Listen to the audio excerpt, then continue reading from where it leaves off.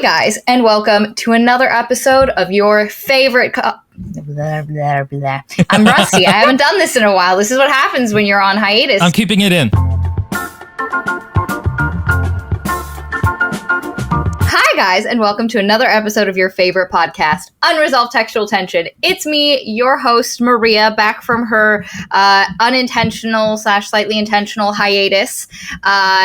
It's a brief intermission because you're going to be gone again for about a month and a half. I will be gone again. I needed an expert on this, so I brought her in. And today I'm here with my lovely co-host, the gorgeous Elin, looking fantastic and beautiful. I love her glasses. How gorgeous are they?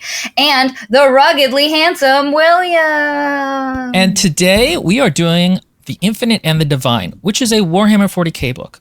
Now, a little lore for those of you who don't know. I am a massive Warhammer nerd. I have been for a long time. I make the tabletop miniatures. I convert them, which is just a fancy way of saying I use them as Lego blocks to create my own. How do you put it, Ellen, that I'm a butcher, a body monger? Will makes untold horrors in his body shop of horrors.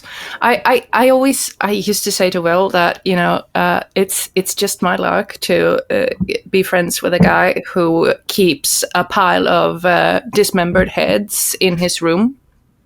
You don't know when you want the right head. Yes, I actually have a whole channel for it, Kit Bosch. You guys can go check that out if you would like, where I show how I do them. But we've only ever read 2 Warhammer books on this channel. Most people didn't even watch that video. I watched them with Maria to kind of introduce a real girl to what Warhammer is like, which is kind of unprecedented. Well, after they watch this episode, they're going to go straight to those other videos. Yeah, you are. For the 4 of you watching this episode, hi all 4 of you that decide to watch this. Our Warhammer content is not very well performing. Extensive. So. Which is shocking. Like, the fandom is just so huge.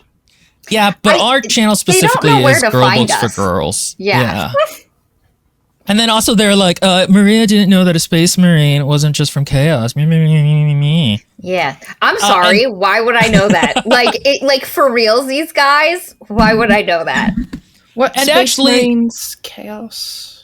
They are both. But anyway, and that's actually why in that video, me and her did the first Eisenhorn book, Xenos, and the first Caphias Cain book for the Emperor, which are known as being good starting points for Warhammer lore. And Maria, were they good starting points for Warhammer? Ooh, especially Xenos was nigh impossible to get through without having to call Will and have him lore dump a ton of stuff to me, because one thing I will say about these books is they just spit the things at you expecting that you know them.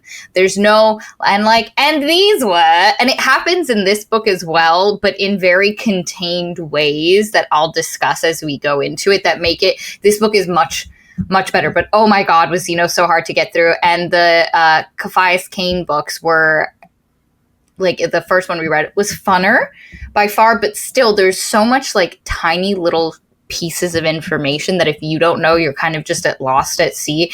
And even in this book, at a couple points I had to be we're just not going to care what these words mean. We're just going to input weird shapes when they say something and be that'll work. I know it's moving. I think the difference is that the Xenobabble, the technobabble in Xenos and for the Emperor really impacted your ability to understand the characters and the plot. Whereas in this book, the core is 2 robot hobos trolling each other over a couple thousand years. And the rest of it is set dressing to a certain extent. It really is. And it's why the moments where you're I have no idea what this is. In those moments, it's very inconsequential outside of, and I'll explain it because I actually really like these moments narratively when they happen and how they fit into it. And Will's completely correct. As a little Warhammer baby, which is what I am, this was a much better, much more enjoyable read, mainly because it was we're just going to tell a story about these 2 particular characters and what they're doing and their ill-fated feud with each other, and that's a story I can get behind. Shakespearean, I got specifically Yeah, I specifically wanted Maria here because she had read the other two. Also, this is the kind of funny story I knew she was going to like. Ellen, I'm slowly bringing into the Warhammer fold, so I wanted her here as well. And before I ask her opinion, because she had opinions on this, the book is The Infinite and the Divine. I don't know if we said it or not. We did not. Or did we? Yeah. I don't know. I don't remember. Which came out a couple years ago and everybody raves about as being like one of the best Warhammer books. And despite being about a very... a faction that doesn't have a ton of lore or characters in game. This is, like they say, actually a pretty good starting point for it. And I actually kind of agree. Again, there's too much technobabble, and I have a lot of problems with this book, but it is pretty digestible. Is that what you found, Ellen? I'm just going to start by saying that the book is The Infinite and the Divine by the author Robert Rath. I feel like he really deserves a mention. It's because someone's doing the work. Well, these books are all part of the Warhammer franchise, so it's kind of muddled. Like they're all part of the same kind of cosmic universe, but the entries are written by a wide variety of authors, and thus the level of quality, I imagine, because this is my first one, and I'm just going to keep going after this, but I imagine that the quality kind of fluctuates, and I thought Robert did an excellent job on this one. On a technical level, I found this so competent. It was a delight to just sit down and be technobabbled at. I'm like, I don't know what's going on really, but I don't know what these names mean. I don't know where we are in space. What year is it? Who cares? This is great. It's so none of us, I don't know. Have you two spoken about your opinions on the book while reading it? A little bit. I haven't. I have no idea what Will feels about this book. This is the first time I'm getting Elan's perspective on the book. This is it. Like this is going to be a fun ride, I think. Okay, a quick note, because some people in the comments have asked about this. I pronounced Ellen's name differently than Maria because Maria's trying to do it correctly, and I know I can't. Would you like to tell us how it's actually pronounced? The person Elin. in the middle of this video. Say it again. Elin. Right. I can't do that. I can kind of, but I have to pause. I go, Elin. I bet. Elin. It's a weird name. I never say it. So I just go with Ellen because some people have asked. Okay, so plot premise. Okay, this is the Warhammer universe, and we are dealing with the Necrons. And I'm going to explain this for people who aren't Warhammer fans. Wait, what do you think of this book, William? I wanted to give the premise. I don't know. So here's the thing to understand. I don't love goofs and gaffs. I don't love lighthearted books. So there's an extent to which this, I can understand that it's doing what it's doing fairly well, but like, I just don't want to see the Necrons as funny people. I literally paused the book at one point and went, there's two ways this book could have gone: a Shakespearean tragedy and a Shakespearean comedy of errors. And William's gonna hate that it went this way. He's absolutely gonna be so pissed. I knew going in it was gonna be kind of like that. And so There's I wasn't grimdark pissed. here, baby. Yeah, I mean, that's the thing, is I like my grimdark to the point of parody Warhammer. And so but I found this book to be, it's pretty competent, and I'm not sure how much that's a bigotry of low expectations, because for a Warhammer book, this is actually like talking about things that aren't Space Marines and kind of interesting and thematically. But at the same time, if this wasn't a Warhammer book, I think I would find it a little slight. I think I would find it to be like funny, but not Adrian Tchaikovsky level. You know what I mean? Like, I would probably have put it above Red Shirts, but below some of the other sci-fi we've read. So, I mean, I hope actually I can kind of come to a more solid understanding of it as we talk, because like right now my thoughts are still a little bit like, I'm going to spend a lot of time criticizing this book, but at the same time, it's a fairly good book. It's a good read. There's too many fight scenes, and they last for too long. God. It's awful. It's Warhammer, baby. Oh God, it's the worst because none of them mean anything. I think the second half is much stronger than the first half because of that reason. Let's premise now that you've given. Oh, now we can premise. Now am I allowed to, Maria? Yes. Me and Elin had given our opinions on the book. You had to do it as well. You wanted to give a space for men to talk. I appreciate that. Okay, Jesus so the Christ. premise is the everything. Necrons, who are basically a faction of undead robot Egyptians, who basically at one point, millions of years before the current setting, 65, I think, something like that, were in a war. Okay, no, actually, even going farther. Necrons were on a planet where they had a lot of radiation from their sun. Their bodies were always very weak. Then I'm going to simplify this so Warhammer people in the comments don't get weird. Then they got into a war. They met these star gods who were basically star vampires who were like, oh, we'll give your weak bodies up and you can have metal bodies. And they were like, dope, but it took their souls. And they were pissed as I understood it, the Catan are like primordial beings that existed from the beginning of the universe. So they're we call them gods, but they're really forces of nature in the old...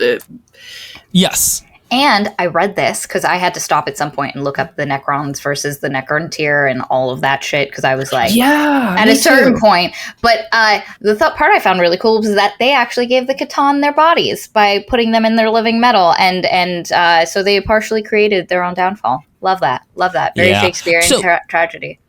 There used to be a different lore for how this happened, which is the one I originally learned, which I like better, but I understand why they changed it. But yes, the Catan, basically, they were eating stars for a long time, they're primordial beings, and then they were like, ooh, but human souls are tasty, or sentient souls are tasty, ooh.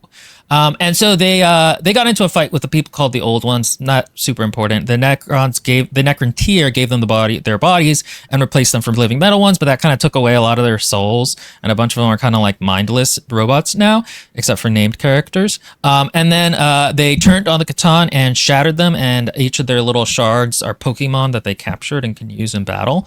And specifically, the one that we're going to be talking about is the Catan called the Deceiver, who is also in the fandom known as Banana Head because his model is really stupid looking and looks like he has a banana head. The book said elongated head, and I was like, xenomorph, alien? He's real dumb looking. He needs a model update. It's been a while. And basically, at that point, they were like, okay. Yeah, right? And basically, at that point, the Necrons were like, okay, we're going to hibernate for about 65 million years until the galaxy is like regenerated and there's more stuff around, and the Eldar aren't around, who are like their enemies. And this takes place about 10,000 years before they're going to start awakening. And it's over 10,000 years, these two characters, Trazyn the Infinite and Oricon the Divine, are basically like two grumpy old men who have a feud. Trazyn is a kleptomaniac who likes to collect things, and not just things, but like moments. So he'll take a battle and create like a collage of that moment with the real things stuck in like a stasis. And Oricon needs some of the stuff that Trazyn has, and so he steals it, and Trazyn does not like that. And over 10,000 years, they get into fights and stuff. Exactly. Sorry, guys, that was a little bit long of a premise. Oh, yeah, this guy.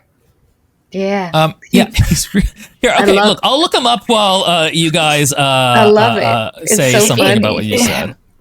It's a bit like the designer took a look at the Predator model from 1980s and was like, but what if those... Why does this one look like he's like you can't see it, but it looks like he's in a come hither pose, like he's about to beckon you into... I'll get a picture of him, guys. That's what he looks like after they gave him the first necroskin, I imagine, and he's like, yeah, souls, come this way. I'm not creepy. Okay, here, guys. Hold on. All right, how do I... So what happens is, this is a classic problem that Warhammer has, which is that the art looks super cool and then the models look kind of stupid. I didn't even look at the models. Oh, that's the model. Yeah, no. Okay, yeah, here. Yeah. If the art looks very nice, there we go. This is Satan, Shard of the Deceiver. Catan. Yeah, I say Satan because I never learned how to say it properly. But yes, no, and then the thing is, though, this is what the actual like art looks like. Like, it's more reasonable. Yeah. But this is a classic Warhammer thing. Also, kids free summer at the Palm Beach Zoo, guys. That's cool. Woo! Yeah, go get it while you can. Anyway, yes, and he'll become relevant later. Later. The new Void Dragon model is very cool. But So something that I think Will and I both have, and Yellen, let me know if you had this too, because obviously I think of the three of us, you enjoyed this the most. I'm just gonna make a wild guess. Yeah. I would say I probably enjoyed this more than Will, because that's normally how shit goes. And I found the second half better than the first half because the action sequences felt more integral to the plot. But this, for me, because I think the author is super competent and talented. He has this way of giving you this, like, disseminating this dry information, but it's funny. And I just enjoyed a lot of the tongue-in-cheek moments of this. It very much had, like, British comedy akin to Blackadder, but in a different way. Like, it has that, like, humor base, but obviously not like the Caphias Cain series, which literally is just Blackadder. But for me, the action sequences really, especially in the first half, absolutely ground the pace to a halt. And then there would be these interesting scenes of dialogue and intrigue and, like, people discovering stuff. And then all of a sudden we'd be back in an action sequence and I would, like, glaze over. And what I allowed myself to do, because normally when I read these books, is I try pay attention to every single word with the eagle eye perception that, like, because I'm like, I'm going to have to give this plot later. And I'm like, no, we just go. And then there was the battle with the Eldari, and there was a Carnosaur, and it was like, ooh, fuck you, Trazyn, fuck you, and then I can just fly off from there. Like, I don't have to. So I just kind of let the battle sequences wash over me at some point, which is unfortunate because when I do that, it puts me to sleep because I sometimes use audiobooks to fall asleep too. So there was multiple times just in the middle of action sequences because I was like, I'm gonna just let this happen and I'll absorb what I absorb, and all of a sudden I was like, like snapping myself awake. But it is Chris like, M says, yep, anytime they fought, I was like, please just tell me who wins. Tell me who wins. The problem is that he overly describes each action, but also the battles don't really matter in terms of, like, outside of who wins or doesn't win. There's nothing emotional going on in the battles, except the last one, which there is some, like, character growth there. And through that, the first one also, because the first one kind of comes back later. Yes, and that the first one I found the most compelling because it actually has kind of like some emotional stakes, because immediately, like, Trazyn has gone to this world and he's going to steal this gem from this people, the Eldari. And the Eldari are like, this is our soul, you can't take it. This is the shard of our god. We need it. Without it, our society will crumble. And he's like, I don't care. I'm gonna take it anyway. It's shiny. Yeah. So instantly in that battle, you're kind of posed on the side of that you don't really know who to root for, and you can kind of sense that these people are losing more by losing this shard than Trazyn is gaining by taking it, because he just likes collecting things, like he's a klepto. So and it also characterizes him. Really good. Yeah, and at this point, it's characterizing him and how he thinks. Yeah. And then even his first slap fight with Orozen is like actually Orkin, I don't know why I did that, is actually pretty funny because it's the first time they're fighting each other and they're both like kind of trolling each other, and Orkin is like, I don't like this. Because that's how the book starts. The book starts with Trazyn going to an Eldar Exodite world and taking out basically the world spirit that they like, because he's like, ooh, cool, this is new. And the Exodites have dinosaurs that they fight with. He is literally like, oh, this is shiny. I want to take it and put it in my gallery. And my giant museum for me. For yeah, no and the one else. Eldari are like, this is our world spirit. This is our heart. This is our memories, our identity. We worship this thing. We can't lose it. And he's like, yeah, go. It's actually funnier if you know the lore, which is they were saying that the bone in there had been fused with wraith bone, which is literally a type of material the Eldar put their souls in when they die, so that so they won't go to cell, so that so that their souls won't go into the warp and be tortured for all eternity. So it's even more of a dick move. Oh no, it's even sadder because It's even sadder. I got sad just hearing it. Like when the troglodyte dies, I'm like, There are moments because everything Elin and Will have said is absolutely correct. This first battle scene, you're immediately like, Trazyn, why the fuck are you doing this? Leave these poor. And I thought, because I hadn't looked up the Eldari at this point, I thought they were dinosaur people who, like, they were like evolved dinosaur humanoids. And then they were riding other dinosaur creatures. And then only afterwards found out they're like space fairies or space elves, basically, is what they look like. Those are the lizardmen or the Seraphon if you're in Age of Sigmar. Yeah.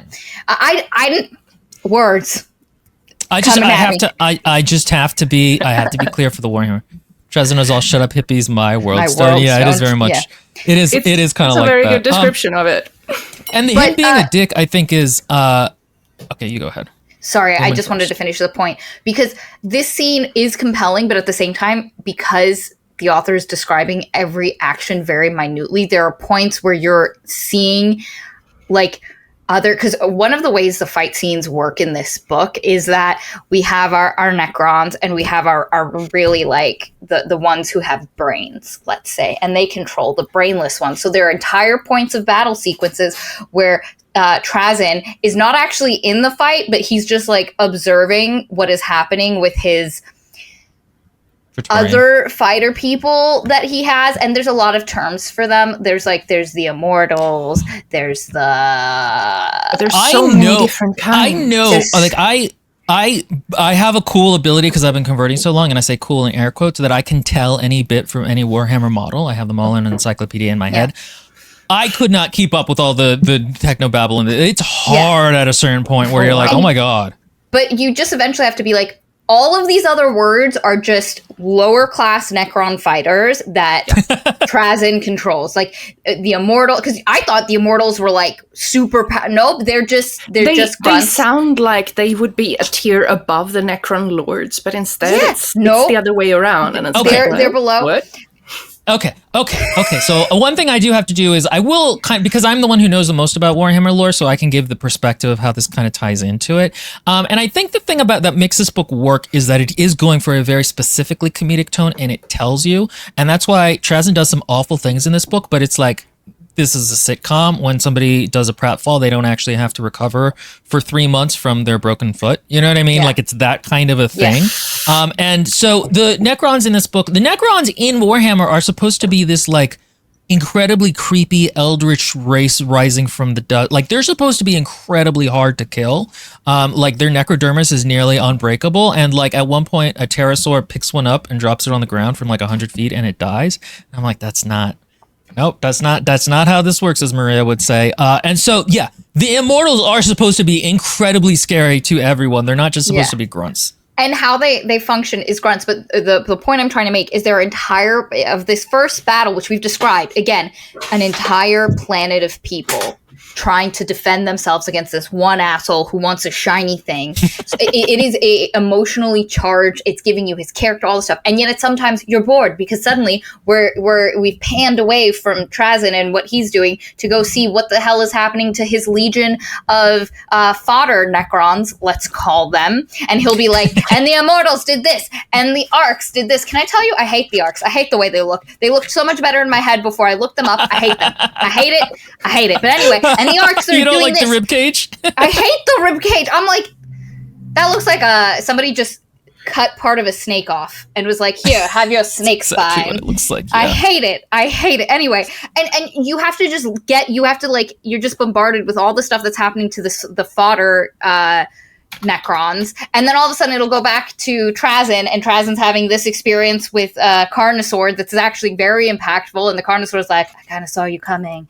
This will be not the last we deal with each other, but and this whole thing, and then you're like, and then it's like when you watch a movie and the B plot is just really boring, and you like the A plot, and every time in a battle sequence it's like, let's go to the B plot of the battle sequence, and I'm like, no, stop it. It is like that a lot. And the thing is, again, he does the thing where he just describes what's happening very analytically, and they're too long, I actually think maybe me and Katie are doing a critique stream tomorrow, and I might use one of these as an example of how not to write a fight scene. Yes. Because again, the book is actually good, and he's not bad at it, but just the way he writes them overall lacks flow and emotion. But yeah, no, the necrobabble is just a lot in this book. But Ellen, you haven't talked in a minute. What were your thoughts? I give women a platform to speak. Oh, wow. Thank you. Wow. I feel so blessed. Me too. Aren't you glad we're here? Freedom. It's freedom. Well, apparently, according to one new comment we got, I have a weird vibe, and they like it when it's just girls, so... Hashtag just the girlies. Rude. Okay, go ahead. Very rude. No, I think I already gave my thoughts about this fight. Okay. No, I just wanted to make sure because I was going to run to the the next arc part. looks like. It looks like a snake, like somebody just cut off a section of a snake. Am I just going to have to like look up and everything? It's just like this. To show you guys? It's just terrible. It's mostly just that I don't know how to Google it. Here, okay, hold on. I don't know how to Google things. Help. We learned the uselessness. It's not what the term is. Here it goes, Stark. No, it's weaponized incompetence. Incompetence, which is about... That's what men do it. The boys. Yes. I hate it. It's not the worst. I mean, it gets the death thing going. This is back before they were more Egyptian-y. So it's like a little... This was the extent of their... So that's how also, they by the way, deliver their troops?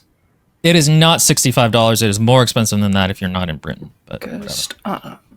Yeah, that's how they deliver troops, and I think it's also how they regenerate them. Well, there's the Ghost Ark, and then there's a different arc. Yeah. The other one kind of looks like a blade. There's also a Doomsday arc. But it's the same kit, you just put it upside down. That's so funny. They just put it upside down. That's hilarious. Cool. Oh, it is in style of an old Egyptian barge or ship. Yeah, but it still looks bad.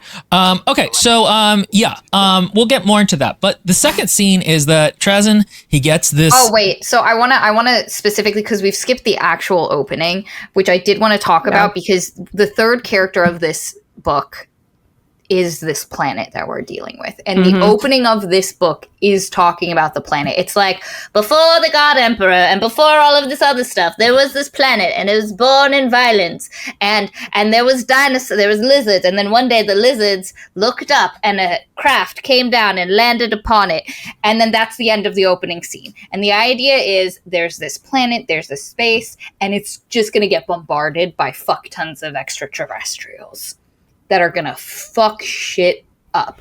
And the initial idea is that what's landing at this point, no good. And then we flash to the future, to the fight we just talked about, where Trazyn, one of our main characters, is like, shiny hunting. And he's not supposed to be doing this. That's the other thing to note. He's not supposed to be here doing this. He's taking away resources and things, and he's just like, fuck it, I want my shiny. And the planet's currently being taken over or ruled by the Eldari, and they're riding the dinosaurs who we saw earlier as the little lizards on the planet. So this is obviously a bit after that. And then Trazyn takes the fucking spirit and he bops back into space. And he's like, oh, yay, let me go put this in my little hoard collection. And he's like, wow, I'm so happy on my little museum planet. I love it.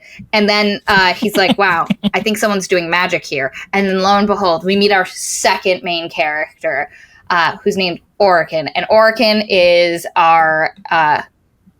what I was going to say magician, but what's He's the a actual chronomancer. term? A Chronomancer. I think is technically the Chronotech. term. Yeah. Cryptech. Yes. I don't know. This is Orican the Diviner. This is his model. It got updated, so it looks less stupid than the old one. Oh, that looks really cool.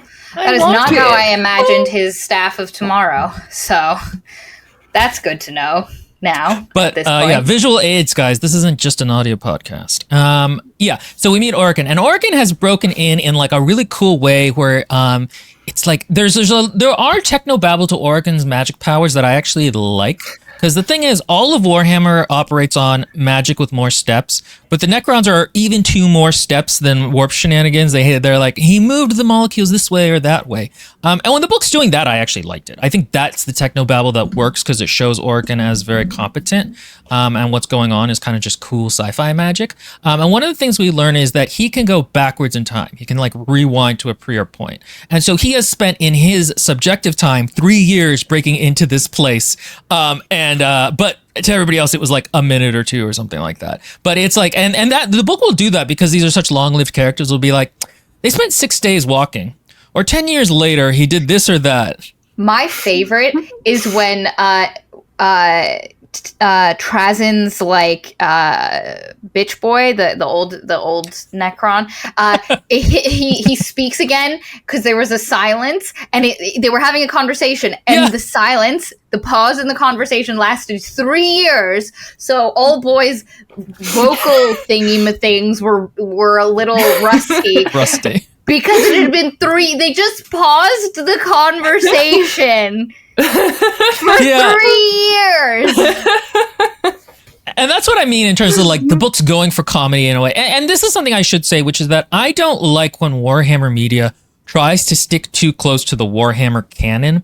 Warhammer as a setting, though it does it less now, was originally designed as like a big play box for people. You were supposed to be able to put in your new things. There are countless Imperial worlds because if you want to come up with a weird little culture and have your Imperial Guard unit from there, you can do that. And so, and even in visual media, I don't love when they stick to the visual or one-to-one aesthetic of the model, or one-to-one models of the models. And so like, I really like that this book does its own thing and isn't trying to be Warhammer in a typical Warhammer way. You know, I like that it's a little bit of a different interpretation of the Necrons in the world.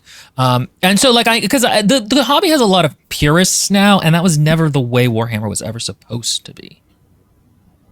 I enjoyed this. As someone who wasn't aware that the Necrons were supposed to be creepy bad boys that were like, ooh, I was like, look at these guys. Yeah. Look at these little guys. They're trying their best. The author does like a very funny Egyptian accent for all of them too. Like they all sound like bubbling idiots outside of Trazen and Orkan. I basically knew nothing of Necrons going into this. So in the beginning, I was just like really trying hard to figure out who these characters were and kind of like what their society was like and what we were doing here. Like, what is this plot going to do? And then the longer we went on, I was just like, oh, so this book is really about 2 really bored, deathless guys who have no souls and no conscience. A lot of time. And just have fun through their little rivalry, and they're plenty happy to spend eternity kind of fucking each other over. I will say that I did not find them as charming as I think some people. Like, I can't think of good examples, but there are some books that are just super. Like, this book, as written by Tamsin Muir, would be so much funnier, and these 2 characters would be. I know. You don't yeah, that's an interesting thing. But like, they could have been more distinctive and funny and Shakespearean tragedy and comedy at once, but I think they're pleasant. I thought the way they were done was pretty pleasant for most. This is my like, I want the highest perfectness all the time kind of. I'll be honest, I've only read 3/4 of Gideon the Ninth, and I felt those characters were just so much in your face that you couldn't sit back and, kind of form your own opinions about them, because the author kind of just shoves them at you like, oh, aren't they super funny? And this guy is super bad and super old and super Necron. And whereas this has more that British tone where it's like, here's our protagonist. He's kind of an asshole, isn't he? It does have that, like, you could see this being everyone being voiced by the Monty Python crew, and it would be like perfect. Mm-hmm. Would be like the way to do it. I'm trying to think of other books. There are other books too that I've kind of done that more. But yeah, I thought they were pleasant to be around. And so Arakan is breaking in, and he's trying to get I think it's not a reliquary. What's it called? A Mysterium? Yeah, it's the Mysterios, the Asterium? Asterium, I think is yeah, which is just the Asterium Mysterios. mysterious. Right, which is like whatever a it is. thing that's basically like a puzzle box that Trazen thought was used up and was just keeping, but Orkin thinks there's something in it, so he goes in to steal it. And Trazen finds that he's like breaking it in, and he goes in, and the two of them have this like they insult each other fight essentially, while actually fighting. And Orkin takes the box and gets out of there, and Trazen's like, "I will have justice." It's called the Astrarium. The Astrarium Mysterious. And the other thing that not only does our boy Orican take the Astrarium, he destroys a bunch of Trazen's displays and collectibles, specifically ones, and I actually found this really sad, specifically Necron art, Necron tier artifacts from back when they were still flesh peoples, which was a very long time ago, like a tobacco pipe, or it's not a tobacco pipe, but it's the equivalent of like a pipe. And like other things that are just like, and there's this one point, and it was one of those moments where, because like, again, this fight scene is way too long and it goes into too much detail. Like I literally was like, I just finished the dinosaur fight scene. It would have been funnier and more pointed if it was shorter. Yes. Because there's this one moment that is actually really, partially because it's hysterical and partially because it's tragic. And again, these are the moments where Rath, what's the guy's last name? The author? What's his last name? Rath. And anyway, the author. It's R-A-T-H. Yeah. Rath. There's this point where there's these ceramic things falling, like these little vessels, and they're falling, and Trazen's like, I can only pick one, let me get the most important one, and he dives and he reaches out and he grabs it in his hand, but his hand's freaking metal, so it shatters anyway. Like he literally was like, I've got to save at least one of them, and then he was like, oh, I'm a metal person.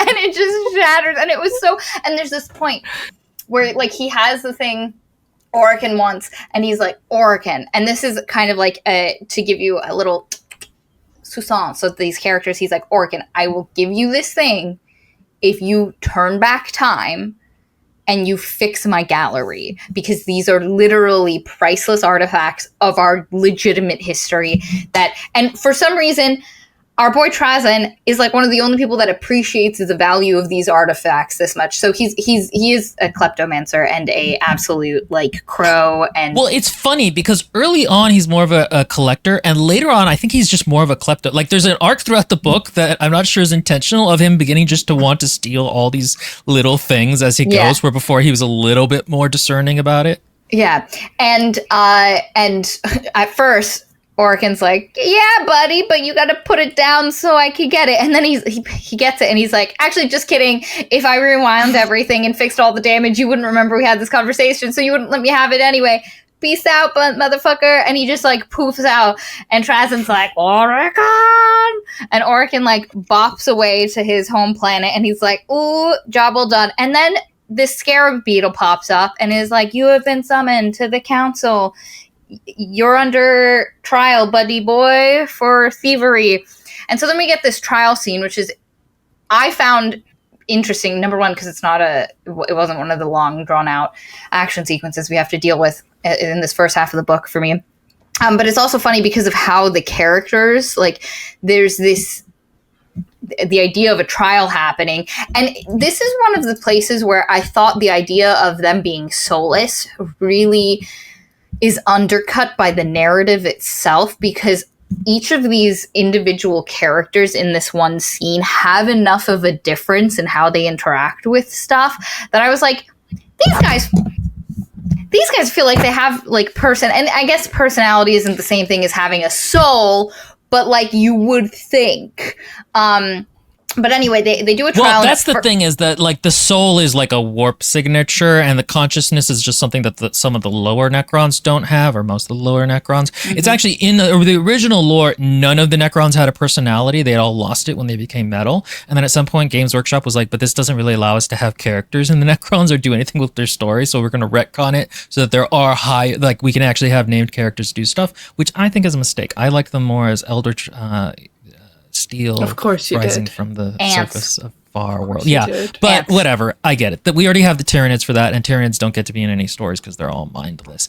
One Hey, thing the they were book in does this do. story. Those are gene stealers, but we'll get to that. The one thing that I will say is that as you guys know, I have very strong feelings about how robots are written. Very strong. Very strong. And So in this don't book- dare call something a robot, but actually make margin it is narrow. a human like cyborg construct instead, and then dare not to make it a robot. Yes, I agree with all of what she just said. Beware authors. And so in this book, they get around not writing the Necrons as actual robots because they're like, yeah, we don't quite know what happened during biotransformance. Like some of it's mimicking the way we used to think and some of it isn't. And also the book gets so that's like a fig leaf. And then also the book is comedic, so you understand. Yeah. These are robot Also- characters, but they're not supposed to. During biotransference, they all were like, "We're gonna give you spines." And and you're gonna have the same ligaments and bones, and Your reactors are hearts, essentially. Yep. And all of the like everything works. They basically were like, let's replace every human body part with a metal body part instead, which I just think is hysterical because there's this one point they were like, and his spine was severed. I was like, why does he have a spine? He's made out of metal. He doesn't need one. Anyway, very funny. I don't know if the author was trying to be funny with it, or like that's just the what he's given. Definitely. He takes out his 4-chambered reactor on one point, which is a heart, and I'm like, that's clearly a heart. Or like that's clearly a heart. Yeah, he felt grease down his cheeks. I don't think it's that, but like it's funny. It's supposed to be funny, and it's supposed to not be quite literal. I think like, but it's also kind of a kind of clever visual language as well, because it gives the kind of for the reader, because we are humans, it gives a kind of easier transference. Like they can become even more of a character, and we can kind of more put ourselves in the situation and the sensation, because the basic function sort of mimics something that could happen to your human body. But also later there's this really funny interlude where Trazyn talks about his change. Like he said, Oricon says something like, unlike some of us who went willingly into the change, I tried to stop it. And then Trazyn says, I remember it, that they dragged me off in chains. I was fighting and screaming. I didn't want it. And they're like, oh, we remember it differently.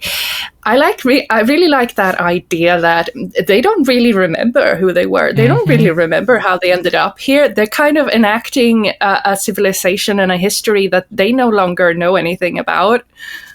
There was a they make the point one time that it's like the difference between being a baby to a child to an adult. You That's remember exactly who you were, what but I you're not was really going that to- person anymore. Yeah. But not just that, Some but of you the don't simile remember. games, this author's simile game is Excellent. Excellent. Because this one in particular was beautiful in how it was like you remember that you were a child and you remember stories that you were told about you as a child, but you do not remember those individual moments. I had recently, my sister found a video of the two of us on a trip to Greece when I was 16. And there was this whole interaction of her, oh God, it was so dumb, her trying to take a video of herself singing Stacy's mom. She had her little iPod Nano. She had her earpods in, and she was trying to sing into the camera because what she was like 13 at the time. What else are you going to do? And I was listening to a different song on my headphones, and I was singing that one and purposefully sabotaging her the whole time. And it's the funniest video because of how she, at one point, she's like, Maria, stop. And I'm just like, and I don't remember it at all. I have no recollection of that happening. And so when he brought this simile of what they're remembering their I was going to say human, but they weren't humans, their Necrontyr experience, I was like, yeah, like that obviously happened. There's physical proof, but I do not remember it at all. I don't have that memory clear in my brain. So there are moments like that where Elin is completely correct. The simile game and everything where he makes comparisons between things are excellent. And I think it's one of those moments where he becomes he's a really good writer versus some of those other moments where I'm like, it's what pushes this book above. It doesn't deeply examine the themes, but this book has themes, and it talks about them, and that's more than A, most Warhammer books do, but B, I think even more competently than a lot of the books we've read. Yeah, absolutely. You know, a lot of these descriptions and similes are just so competent. I'm like, this. I wanna take a picture of this and frame it on my wall. This is so quaint. This is so eloquent. This is so spot on. Yeah, Pink Synthetic says, quoting a minute, Orican dropped, hands clawing, fingers starting to phase, eaten by glowworms of portal light. His charred skull crunched as he spoke. Yeah, there's some really good writing in this. He's a very competent writer. But back to this scene. There's a court, and they're like, Orican, you can't steal people's shit. And he's like, I didn't steal it. You can't prove that. And the thing to remember is that Orican screws this up like twice and has to rewind time to say the correct thing. And the way the chapters do it is from Trazen's point of view. And so it's kind of funny. And not just to say the correct thing, he changes the judges. So there's this point where there's a council, and the council are and he's like, no, you guys all have bias against me. You're not an unbiased jury, so we need to wake someone else up. And so they pick someone. And the first person is like, nah, fuck you, Orican, you're going. And then he rewinds it, and then there's a different judge that's picked. And he interacts with it, and he does it twice. So in total, he rewinds it 3 times, and our boy Trazen is next to there are these like tiles on Orican, and there's this tile that's getting really hot next to Trazen, and Trazen's like, yo, I don't feel so fucking good. I'm really struggling. And he realizes in the one that Orican's fucking with shit. But eventually Orican does. He succeeds in getting himself off the hook. And basically this one guy is like, that's Necron property. It's anyone who takes it, it's theirs. If you kill for it, that's all good. Whoever owns it has it. You do you, Pikachu. And basically love that final verdict. It's like we're gonna this is a court of law. We're gonna make justice here. And then the final just verdict is that, anyone can steal and murder and destroy planets for this thing, and whoever gets it has it. Congrats. And it's funny. And basically they realize that the Mysterium will open on the planet that he stole from the dinosaurs, and he's like, that's a weird coincidence, but okay. And I think by this point they know that it's going to open some kind of a Necron tomb, and basically they think it's going to, I don't know if it's... They know Serenade is a Necron, it's a tomb world. And they realize that it is probably the tomb of Nepereth, the uncancered. I don't remember what his actual name was, but he was really cool because he didn't get the cancer the rest of them. He was the last Necron tier. He fought biotransference and was like, no, I'm not going to do it. I'm going to fight. And he was like the last biological one. Which, again, the themes this book has are very much like Orican is looking to the future. He wants the Necrons to become a species of light and God. And Trazen is obsessed with the past and collecting things, and that's supposed to be the kind of conflict between the two of them. There's this really clever thing that is...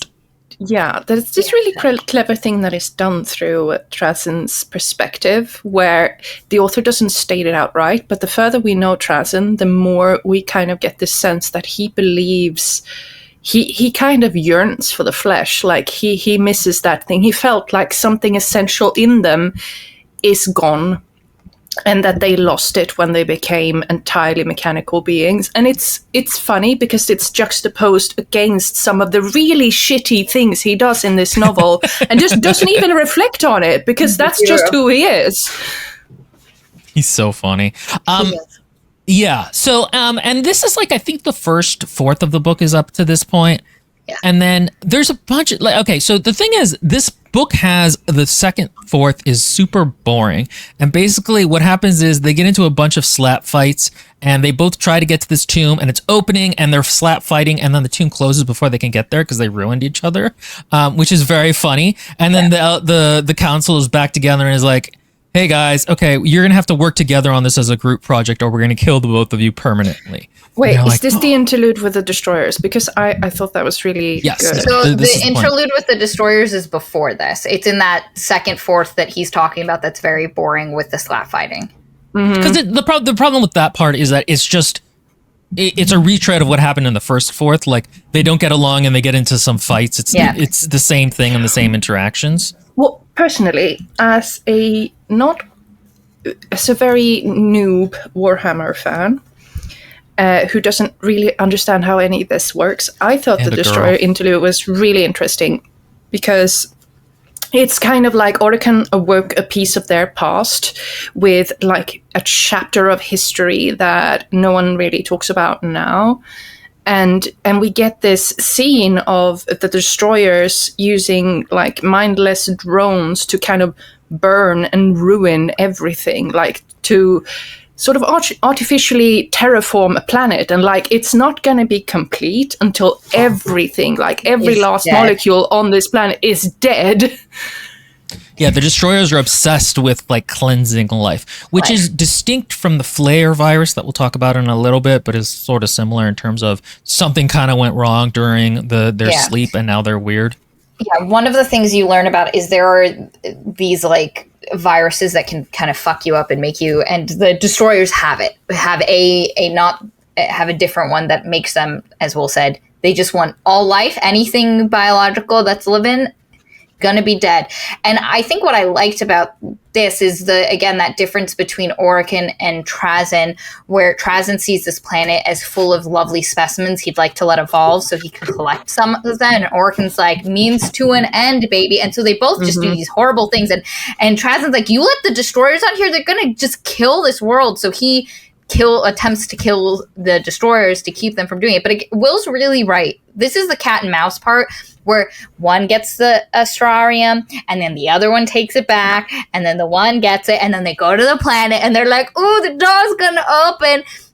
And also, while this is happening, our boy Orkan is kind of communing with, when he gets the astrarium, he kind of communes with it, and he's like, ooh, astrarium, baby, give me your secret. There is a very cool scene where it takes him 6 years to enter a deep enough trance to be able to separate his body to read through a bunch of material or something like that. Yes. And that's cool, because it's like, he goes meticulously through what he's doing to get to that point, and it's like 6 years later, he was now ready to actually start. And I was like, "Oh yeah, that's actually very cool." I'll be honest. The time perspective of a Necron's existence, it kind of gave me existential dread after a while. There were times where I felt this book kind of fucking with me. I'm like, what does it even mean? Like, what is existence? If you don't have a life, if you don't have a starting point and a stopping point, then what is even time? Time is completely meaningless. The fact that every conversation, so in Lord of the Rings, the Ent speech is very slow and takes a very long time because like we have been alive for, and I was like, the fact that the Necrons don't just have the slowest way of speaking because they just, all they have is time, it was hysterical. There's a part about how like their epics have now gotten longer because there's nothing else to do, so like their plays are now like 3 days long instead of a couple of hours because they're like, well, there's one that's like 5 years long. Like there's really, like, it's just crazy because there's no biological needs that mean you need to get up and do anything. So their sense of time is just freaking crazy. But yeah, so the cat and mouse, which is this like next fourth, has some interesting scenes. Like the destroyers are interesting, especially because at first you don't know what they are. I didn't. Like Orkan's like, I'll give you all the biological life to kill you want, and you're like, who are you making a pact with, Orkan? This doesn't sound like a good thing. And then Trazyn gets there and he's like, what the fuck, Orkan? And there's a bunch of little moments like that where the book is like teehee. And I imagine if you are a Warhammer fan, you're like, and I'm just fascinated by history and cultures, so it doesn't do much for the plot. Like this whole section of the book doesn't really advance the plot. It doesn't really build on Trazyn and Orkan that much. But as someone who enjoys reading history, I was just like, ooh, tell me more. I think we're actually forgetting. I think this is still in the first fourth. And I think this part's okay, because remember, there's the part with the orcs. I literally get mixed up because they go to the planet and have a slap fight twice. Yeah, the part with the orcs is definitely part of that, where it felt like, okay, you just wanted to have orcs, didn't you, buddy? And the thing with the destroyers that I find interesting is that at first I was like, oh, okay, he just wanted to do some trivia with like different kinds of units. But he uses the units to say something again about that theme of past versus future and destruction versus collection. Yeah, and the Exodus Eldari. And that's the thing is he Especially. builds themes through these Warhammer things instead of just being like an invocation of like in the Caphias Kane books, like the Gene Stealers don't mean anything. They're just an enemy that shows up. It's not a greater discussion about the rot in the Imperium or something like that. He's actually, and again, the Eldari like have a weirdly soulful part of this book. Because well, you find out hilariously is that Trazyn didn't think in the very first fight the Exodites knew he was going to be there, and he's like, man, they had some kind of a prophecy that I was coming, and then immediately realized that Orkin's like, I told them he was coming. That it's like the first time they're trolling. But there's also this mystical thing where this witch is like, this world wants your blood, Trazyn. Yeah, you don't have any blood, but it wants it all the same, and you're like, oh, what does this mean? Oh, what does this mean? And then the moment where it follows up on that in the end was, I really like that, because Will's right. They do have a very gratifying. They do have a very soulful existence in this book. But no, the destroyers and the orcs are in the same part, because it's after the orc bit that the council finally is like, you guys have to work together, guys. Again, I think they actually try to get into the vault twice and fail. Yes, and that's in this cat and mouse section, because the cat and mouse section ends. Yes. The cat and mouse section ends when our boy Orican is like, "Yo, there's these orcs on the planet now, and if we try to get them separately, it won't be good, and we'll die. And so we have to attack in the air and on the land at the same time. So we got to work together." And Trazyn's like, okay, let's work together. And they're both like, hey, we're going to betray each other. And there's this whole like giant battle, and it's this huge thing. And the orcs and there's. What did you guys think of the orcs? Because we get their perspective a couple times, my dear orcs. They were fine. They were fine. They were. You didn't find them hilarious? Yeah, I mean, they were funny, but like in a book of a bunch of funny things, they just like, they feel like orcs, you know? I wish they felt more like creatures controlled by fungus, because that's a really cool concept, but they don't. They're not controlled by fungus. They are fungus. No, they feel like, I had this persistent thought that the orcs are essentially football fans when they're going to a game. That's literally one of the inspirations is hooligans. Really? Oh, that is so clear. That's why they talk in I was a like, really. This is just hooligans, and they're just doing the fighting because they love it, but it didn't feel purposeful the way the Eldari commentary did. Yeah, no, that actually is very true. But yeah, so they go and they get to the planet. Trazyn goes down first. Orkin's like, "Fuck this asshole! I was supposed to get down there to let him," because Orkin has been doing a lot of work with the spirit of someone. I've forgotten her name, but she basically sexy Necron. She was a sexy Necron who was the smartest Necron ever. And she created the puzzle box, and she created this tomb world, and she's like the smartest girl in school, and he's like, wow, Orkin's like, I've never dealt with anyone so smart. She's understood things about math that I didn't even conceive. And and he starts seeing visions of her, and then she starts talking to him and correcting his math and his logical assumptions about shit. And he's like, oh my god. And you're like, oh, there's this little what is it called? A sapiosexual experience happening for our boy Orican. But anyway, and he also has discovered how to kind of make himself into like a energy being. But anyway, so this battle is happening. Our boy Trazyn goes down. Things are going not well with the fight. And so Trazyn does this thing for the first time at this point in this book, which is why I specifically want to mention it, where he opens up a little pocket dimension from his gallery and he brings through. Let me tell you, I was so confused at first. All of a sudden, we were in this like different, obviously a different army or group of fighter POV. People, a different POV that were like techno thingies. The Adeptus Mechanicus. And I was like, where the fuck did they come? And then I realized, oh, our boy Trazen was like, this fight, the orcs are doing too good. I need to get where I'm going. And he literally yeeted in a different army that he had. And every time this happens in the book, the guy who's in charge of this army is like, we were fighting these guys, but now they've suddenly created orc monsters we have to fight. Guess we're fighting orcs now. And they just automatically... And then it happens again later, like the next scene. I wish this had only happened once or had been like subverted the second time it happens or something. Yeah. Like that. Because it felt like a little bit too much like the cavalry showed up again. And yeah. But it is interesting because you get these brief little moments where for me as a reader, I'm just like, ooh, look, another army he collected. I wonder what they're like. But I imagine that if you're an actual Warhammer fan, you're like, oh, look at the thing showed up. I like those. Like, it's the little Easter eggs for fans and it's movies. The viewpoint. It's the way they're written. The Drukhari, for example, is like hilarious because at one point she's like, it's very Drukhari where they killed and murdered and then mutilated a bunch of people, but like friendly-ish. And so like that was it was fun. It was fun to get into their point of view where you normally don't. So yeah, it's like a cool Easter egg, but I can see how it's very confusing. Yeah.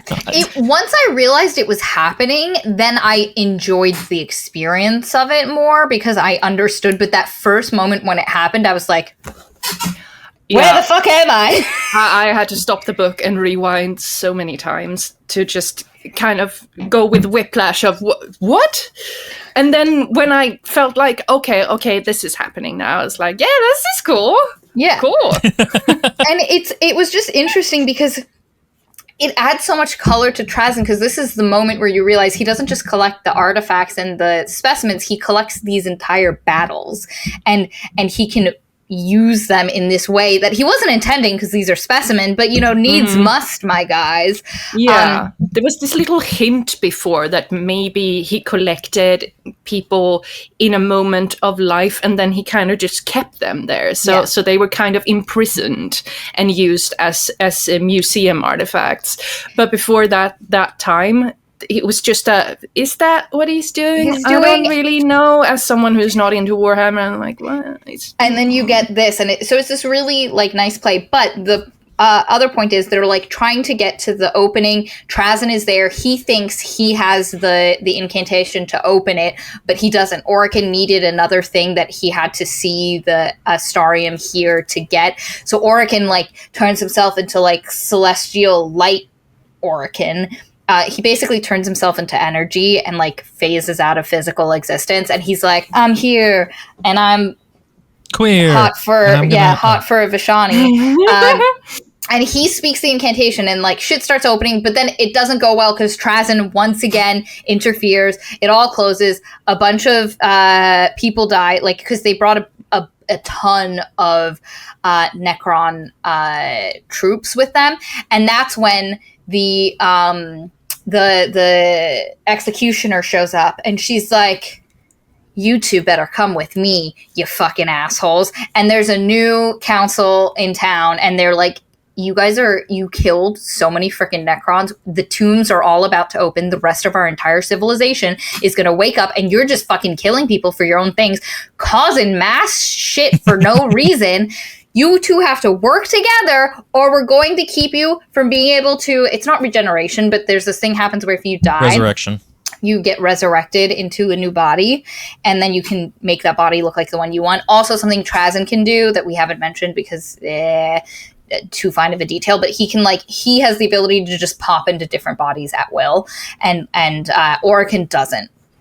And so Trazen regularly fucks people up by having surrogate bodies around that he just zips in and out of.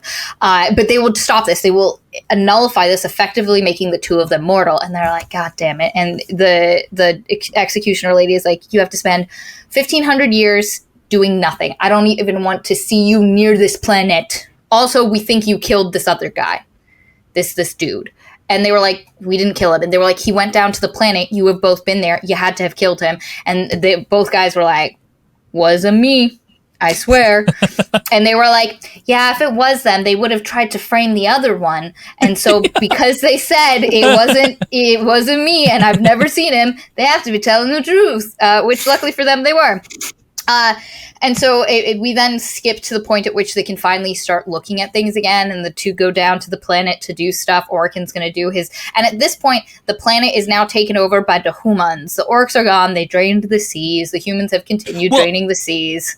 And also, Trazen and Orkin now have to work together. This is the group project stage, which I just liked a lot more, because the thing is, this book has a very small cast. I would have liked if there were more secondary characters, but because so much emphasis is placed on these two, when they're not interacting, it can feel a little bit floaty. And so when they're interacting, that's the funny part. And like Maria said, at this point, it's been taken over by humans. They have, as humans do in this setting, everything they encounter, they think is some kind of celestial version of the Emperor. So, and they also thought the Necrons in the old paintings were Space Marines, which is hilarious. Hysterical. But they have basically adapted like the old Aldari bone chambers and stuff like that. They are like, oh, those are sacred objects left by the Emperor.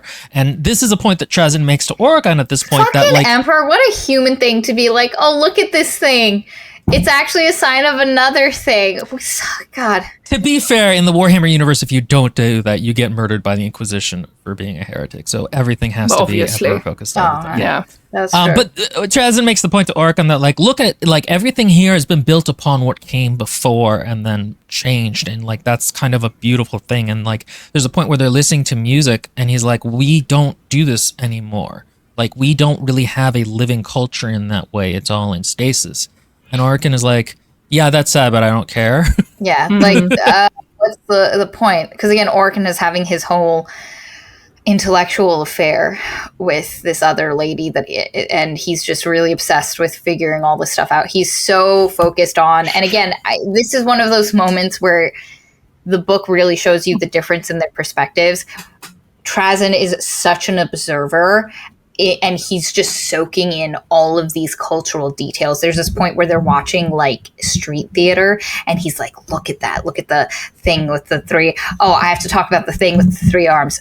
There's this point where Traz is like, go have fun in the temple thing underground, doing your meditation. If anything goes wrong, let me know about it. You can call me. And then immediately, like after, I don't know, 4 years, Orkin gets attacked out of his meditation by this. I don't know what it is, but it has multiple. Gene Stealer. It's a Gene Stealer patriarch. Yeah, and what's very funny is, he gets attacked by a Gene Stealer patriarch, and like he nearly dies, but he's able to take off one of its arms.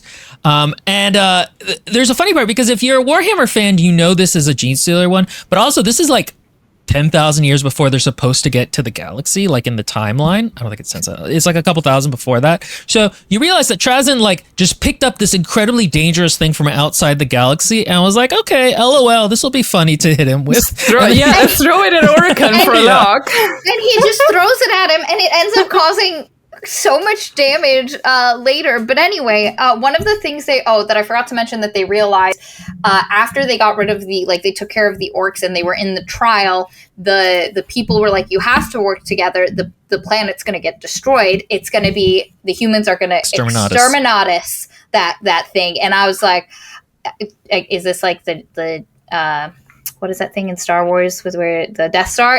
Do they have Death Stars that just blow up the planets? But anyway, that's Exterminatus. And they were like, and it's your fault because da-da-da. And you changed the timeline. You changed the timeline, and now it's going to be destroyed. So you have this much time to figure out what it is before it gets heckin' destroyed. So they're also running against the clock because they need to open. And one of the things that they know is that the door won't open before it'll happen during the Exterminatus.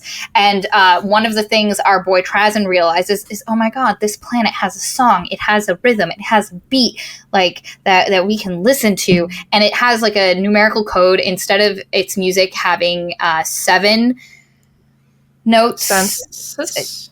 It's the penta. What is it? It's a specific rhythm that's not standard. Standard, and so like the shells on the planet, for example, don't grow in the correct spiral; they grow in an asymmetric way. You can see it in the bones of the humans in terms of the vibration that goes through. That song they were listening to earlier, that's how they realize. That's one of the ways they realize is it is like it's a kind of off.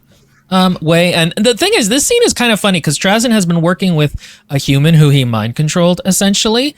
And the human's like, I wanted to let you know that I'll be dying. I'll be being replaced soon. And he's like, what? Why? And he's like, I just replaced. What? Why? I just replaced like your. I gave you juvie treatments or whatever. And he's like, yeah, that was 3 years ago. You forgot since then. And it's this thing where he's like, oh, I can't let you live though. Like Trazen is totally callous about the fact that this man who he's known this long is going to die. Like 40 years. 40 years he has worked hand in hand with this guy as a loyal, brain-controlled thing. This guy is literally groomed his nephew to become Trazen's replacement librarian. Trained. The pentatonic scale. That's what it is that the music on this planet has. But yeah, that's another place where it's kind of funny because it's like Trazen's terrible, but that's not necessarily the focus of this. Yes. But yeah, so they figure that out, and then they're able to... Orokin is also able to realize that there's a second gate. There's the one that's supposed to open in the middle of the Exterminatus, but then there's a second one that is you can open earlier if they can find it, and this rhythm will lead them to it. And they're like, "Ooh, let's get it!" But actually, just kidding. The Exterminatus is going to happen early anyway because. That's so funny. Trazen's thing that he released to attack Orokin was the Gene Stealer thing, which has now slowly been under for like hundreds of years. Because one of the things we see earlier is a play where there's the three-armed king or whatever his name is, and he's this like folk tale figure who has 3 arms, and like in the shitty street play, it's just like an arm with stuffing, like a shirt sleeve with stuffing in it. And now they're watching this grand operatic performance of the 3-armed king guy. And Trazen's like, oh, this has got such good reviews. I'm so excited to experience this cultural phenomenon. So except lo and behold, this is the moment the Gene Stealers are like, hi, motherfuckers, we're here to... I don't know, kill you, steal your kill genes? Everybody. This is the part, right? Yeah, and he's like, yeah, no, I hadn't realized it, but that thing I sent to kill you actually like infects other things and continues to grow and is a vector, which is hilarious because everybody later in the Warhammer universe knows that. So it's just so funny that he grabbed one and was like, oops. And he has tons other of them. He just has them in his collection. But anyway, the humans are like, holy shit, because it also like the Gene Stealers killed a bunch of important human people that had come off of these ships that came in too early, that weren't supposed to be there. And so now the humans are like, the planet's trash. We're nuking it. We're exterminating the crap out of this thing. And so Orokin's like, you asshole, for a joke, you literally ruined our timeline because you wanted to do a ha-ha. And anyway, so the planet gets exterminated, but they're like, we need to rush down. We need to get there and do it. But there's this point where Orokin's like, he, I'm going to betray you. And Trazen's like, he, I shall betray you. And Trazen locks Orokin with a dead metal body that he yeets himself out of back to the ship at the top of everything. And Orokin just gets crushed beneath this mountain as the planet falls in upon himself. And Trazen afterwards like, Orokin, buddy, you there? I didn't think, okay, maybe I misunderstood this because I didn't think he did it maliciously. I thought it was a situation where they had to get out and he was the only one who actually could. So no, it was when Orokin was going to betray him and kill him, he pulled this last thing out of the hat because he does actively try to save Orokin. He wasn't intending to do this, but Orokin was like, because the Vishani, the sexy Necron in his dreams is like, kill him. We don't need him. It's just you and me, babe. And he's like, absolutely, babe. Let me kill Trazen. So Trazen like traps him under there, but with the intention that because he calls after him afterwards and is like, I'll come unearth you, buddy. What's up? But we never hear from Orokin again. And the other thing to note is as Orokin was paying attention, once he learned about the rhythm, the weird pulse that the planet was like popping out there, he tells Vishani, his sexy Necron ghost girlfriend, about it. And Vishani's like, don't listen to that. It's bad. It will fuck you up. I have ignored it, and thus I'm pure. And also the entire time, Vishani's like, let me in, buddy. Let me in. Mm-hmm. You've got to open yourself up to me. Let me into Don't you. listen to that other thing. It's a virus. It's a virus. Don't Mess with your mind. Exactly. I'm good for you, babe. And Orkin's like, I don't like opening myself up to stuff. I have a lot of trauma. I'm sorry. And but anyway, so all that shit happens. Trazyn is just like floating up, and then after a while, like because a ton of stuff is happening in history, he's like, I'm going back to the planet. It's calling to me. This is the one of the moments that had a like some gravitas to it, despite this being a comedy book. Is like, okay, he's buried underground and we don't know if he's alive, and Trazyn is like, you know, even through all these things, the song kept singing to me. You get a sense for like the passage of time, and how like little and it means if you're a Necron, but also, you know, Orkin is maybe dead underground or stuck there or something like that. I completely thought he was dead. Yeah, I knew he wasn't going to be because he's a model on the tabletop, but and no one ever fully dies in Warhammer. But it's one of the times when the book does have a little bit, like Ellen was saying, of that existentialist dread of like, oh, what is the passage of time that's so scary in its own way? And so he gets back to the planet and he's like, okay, cool. I'm going to go open the thing's opening again. And I'm going to go take a look. And he's about to do it. And then he hears this voice go like, Trazyn. And Orkin in like, whose body has been just completely like crushed and broken, and he's been worn to a stub, is like crawling out being like, don't open it. And he's like, you're alive? And he's like, it took me 400 years to dig myself out. This thing in this planet, it survived an exterminatus that was made to sort of crack open the mantle of the planet and kill all life. And these guys are like, we have to open it. And I was like, have you ever considered that because this thing is so incredibly hard to open, maybe it's not a good idea? Maybe it's not a good idea. Like, don't do it. At some point, the juice not worth the squeeze. Real quickly, Chris M says, I think it happened the first time they tried to open the tomb when they find missing metallurgists that had gone crazy. And then yes. So there's a thing where in the Necrons, let me show them, they have what they call the Flayer virus, which is that basically some Necrons like to put on skin and then kill things and become basically very savage. It's because one of the Satan cursed them when they killed him. But what they had found is that the song of the planet kind of brings out that Flayer craziness, and at one point Trazyn had to be quarantined for 10 years in a little bubble, and he was not happy about it because he might have gotten it. And that was the guy that they were accused of murdering earlier, and it's when they first get to the planet, kind of like within the first, I want to say 5 years before the whole like exterminatus thing, and they find him and they're like, see, it wasn't us anyway. But yeah, so he's trying to open it, and Orkin's like, who's got no fingers. And one of the things about being a chronomancer, he is a chronomancer, but he's also a cryptech, is you do like spells and stuff with your hands, a la like jujitsu, Rudo? Not jujitsu. What is it with that ninjas do? Ninjutsu. Whatever it is, ninjutsu. And you use your hands and stuff, and now he's just got little nubbies from digging himself out, so he can't even do his spells. And he's like, don't do it, Trazyn. It's been lying to us the whole time. The warning was telling us, don't open. We gotta leave it alone. It's not worth it. And Trazyn's like, I'm doing it anyway. And he's idiot, like, you're just trying to stop me. And he's like, I beat you. And he's like, yes, you did. Can you please not open the door? But of course, Trazyn opens it. And he's like, ooh, what's in here, buddy? And he's like, oh my God, it's Nefereth. And it's the preserved body of the last Necron tier. And he's like, oh my God, this is the first time in like a bajillion years I've seen living Necron tier flesh. It's like getting to see their foundational core thing. And he's like, oh my God. And then it like removes its mask and it's like, I'm actually the deceiver. The deceiver. And they're like, oh no, heckin' terrible. So basically they have a boss battle with a god.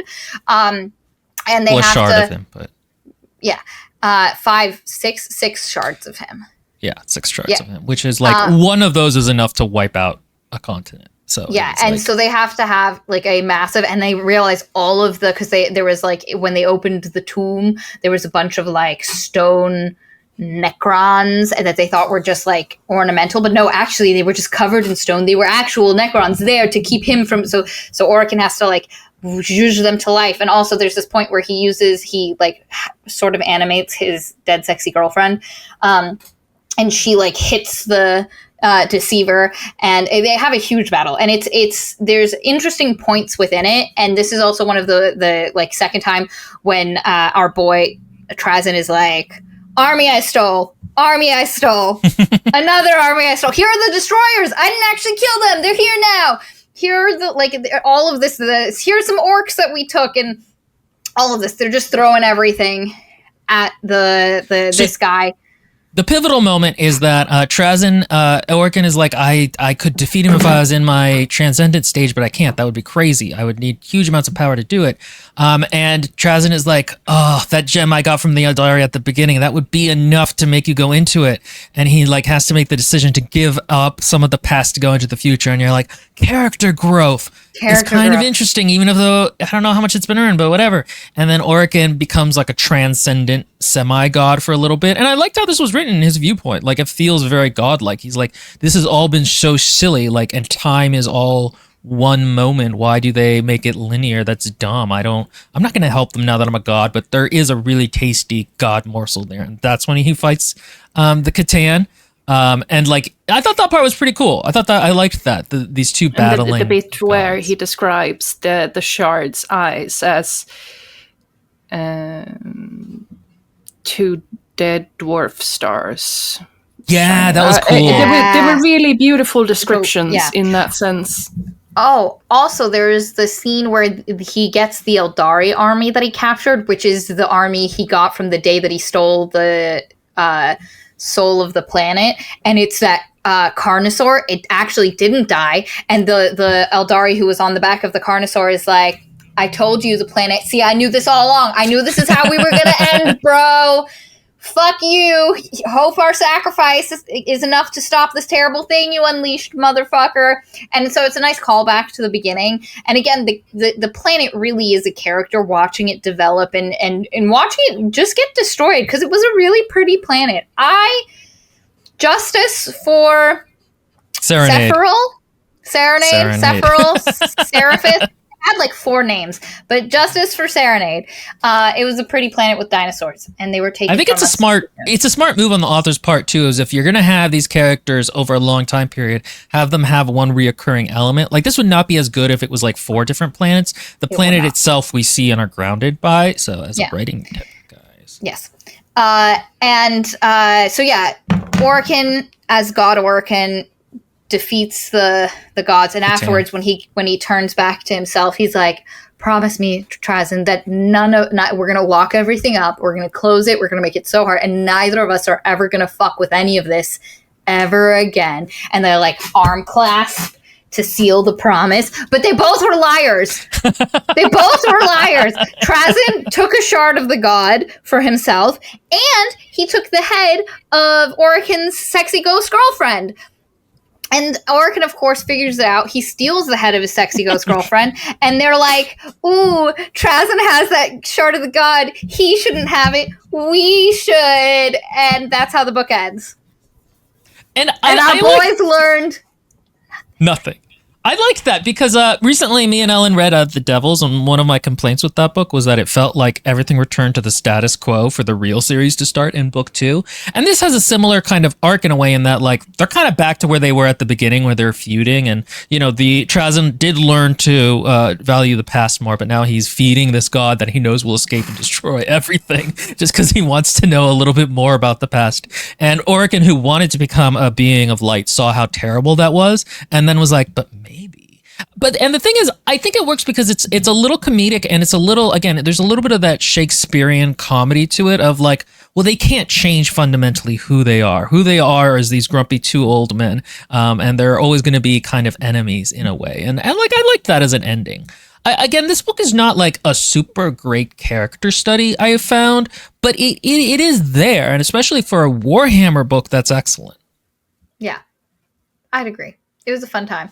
Also, Pink Synthetic says, me at the end, Trazyn, what are you doing? Trazyn, what are you doing? Orokin, what are you doing? That's literally the end. You're like, boys, And then you get it! you also get an epilogue from the viewpoint of the planet, I think, but I forget what it actually says. It's just like, and then shit happened.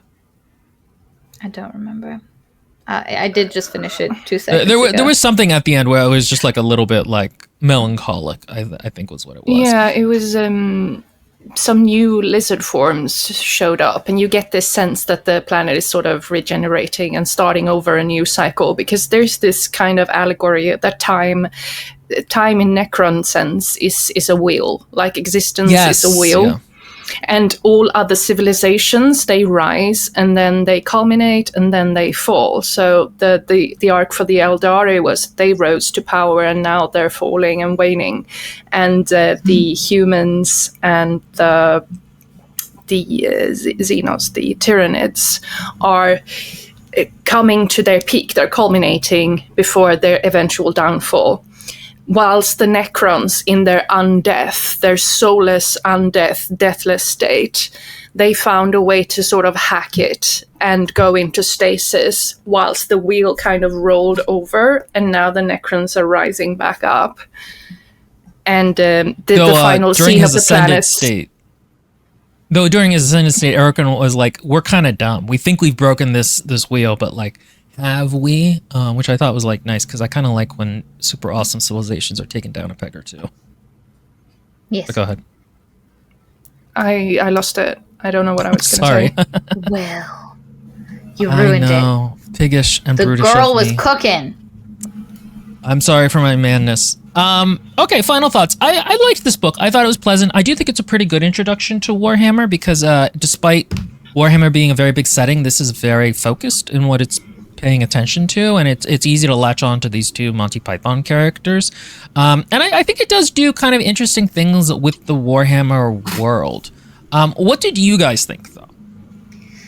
I enjoyed this more as a read than the other two, because we're just seeing a very specific slice of the experience, and it's not you don't need to understand every detail to understand the story or what is happening. It makes it much easier to get into, and I think if it was that like grim, dark creepiness that like I was told that Warhammer 40K would be like, I think that would be really hard for a reader to just get into, and this is much more approachable while having like all of the terrible stuff. Like, one thing we just blew past was there is this like giant lizard skull that is just kept on a different like museum planet that they go into to get prophecies, and this thing is just held in like animation even though it's dead for this one purpose, and like its jaws are held open, and so there are these moments of this just terrible shit that just is like, oh, that's Warhammer. As a there's concept. A certain point where you get a few bulletins from the Empire that are very clearly fascistic. Yeah. And it's like, yeah, that's the Empire. You just keep going with it. And so I found it much more enjoyable. Again, outside of a Warhammer book, I think it has, the plot problems that we've gone through. But overall, I enjoyed this one. It was a good time. I had a good time. Okay. Ellen? Is it me? Yes, it's me. I was just reading the comments. Nemeralis said that the grim darkness only works when there is a contrast, and it's something George R.R. Martin really didn't understand in his A Song of Ice and Fire series. I think A Song of Ice and Fire has some levity to it, but that you really had to go in and read it line by line to... I do. We don't have time to go into why A Song of Ice and Fire is a brilliant series, but...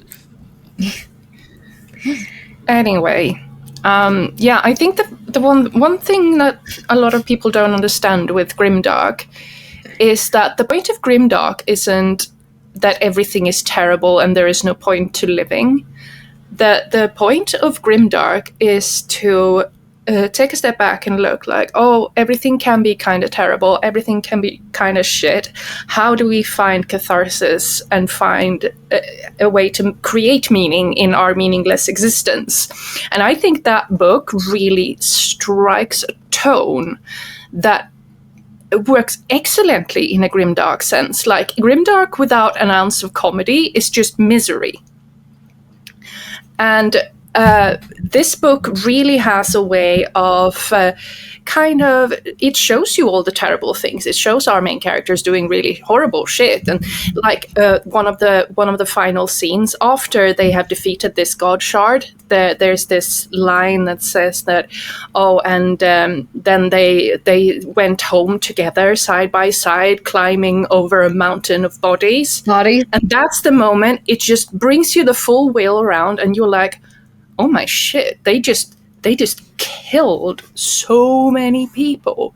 Like, that is the grimdark element just coming back into the kind of lightheartedness that really gives this book a really nice contrast. Like, we glance on some really dark shit, like existential dread, the ending of civilizations. What does the past mean? Because Trazyn is obsessed with collecting things from the past, and there is this sense that he is obsessed with collecting it, but he doesn't know why. But there is also this floating idea that keeps coming back, that there are things in the universe that are once in a lifetime, and unless we preserve them, they're gone forever.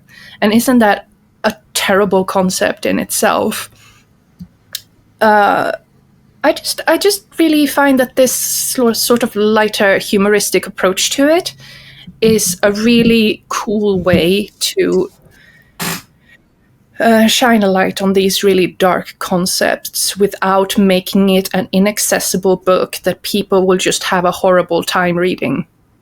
You know, you and I should do more of the Kafai's Kane books, because I think that would be kind of interesting, because those, again, have a bit more of a Monty Python, or no, it's Blackadder feel to them. And to say, like, there is a point where Trazyn, again, is very soulful about the fact that it is kind of beautiful that they have a culture, and that the culture continues and it grows from one generation to the next. And it is kind of a beautiful thing to see, which I think is, again, a moment. And there's, we didn't talk about it, but there's also kind of a theme throughout the book of, like, Trazyn was old and hunched by the time he became biotransferred. And so, like, does he really want to return to the flesh? He keeps saying that that's a thing he wants. But, like, does he? And that's kind of played around with. He could not wait to get rid of this body that was paining him and shackling him. And he thought his mind was worth more than his body. And now there's this deep, like, longing in him to return to the flesh. Trazyn collects to try to fill the empty hole in his existence where he just isn't. There's something, he understands there's something missing. And something missing in Necron culture.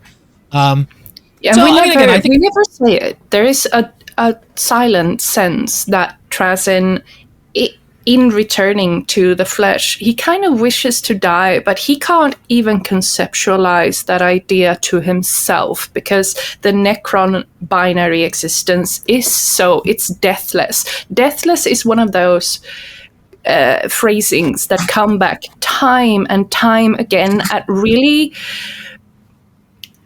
strong moments, because with the destroyers as well, who just wanted to destroy the planet for no reason at all. There was this comment about how this broken down drone was just climbing on, just dragging itself along the ground with its deathless hands, just destroying everything because that was its entire existence. And there's this kind of same idea in Trazyn that he yearns for something that he can't conceptualize. I think it's an interesting, probably death. I think it's an interesting commentary, on immortal characters. Like, what do you do when time becomes so long and pointless? But I do have to ask, how you feel about that. Yeah, I'm fine with it. I will play Warhammer for hundreds. Again, when somebody gets to be deathless, they can report back if it's great or not. I think it is going to be great. Everyone's like, oh no, this thing that's never happened to anyone would be terrible. And in 2,000 years, when the planet dies and every human that you've ever known are dead, and Warhammer isn't a thing anymore because the shattered remnants of humanity have had to escape into a terrible existence in space, you're still going to be like, yay, I'm immortal. Oh, I can't wait to see where this goes.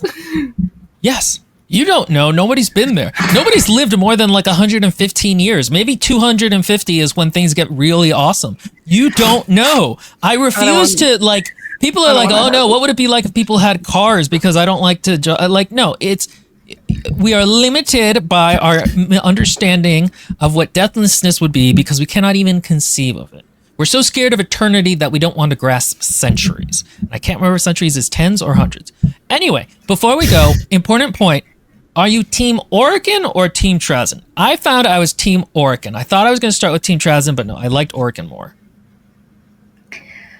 I started in the middle fourth of the book. I was Team Oregon, but I think by the end, I loved both my boys. Okay. For me, there's so many That's things not an about answer.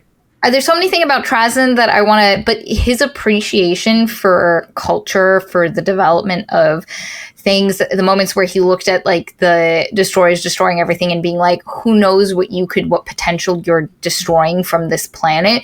Like those moments I'm like, my guy Trazen. And, I like to collect shiny things and, put them in my jewelry Trazen is box. more your speed. That would have been my guess. Okay. But I really enjoyed Oricon's like meditative stuff and the like quest for a different type of life. Like instead of returning to what we had, trying to find something. So I liked both of them a lot.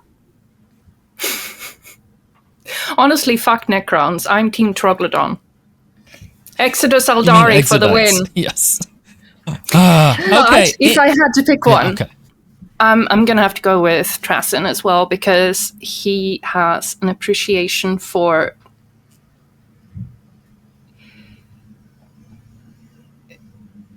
the beauty of the moment. He is an artist in its sense. Yes.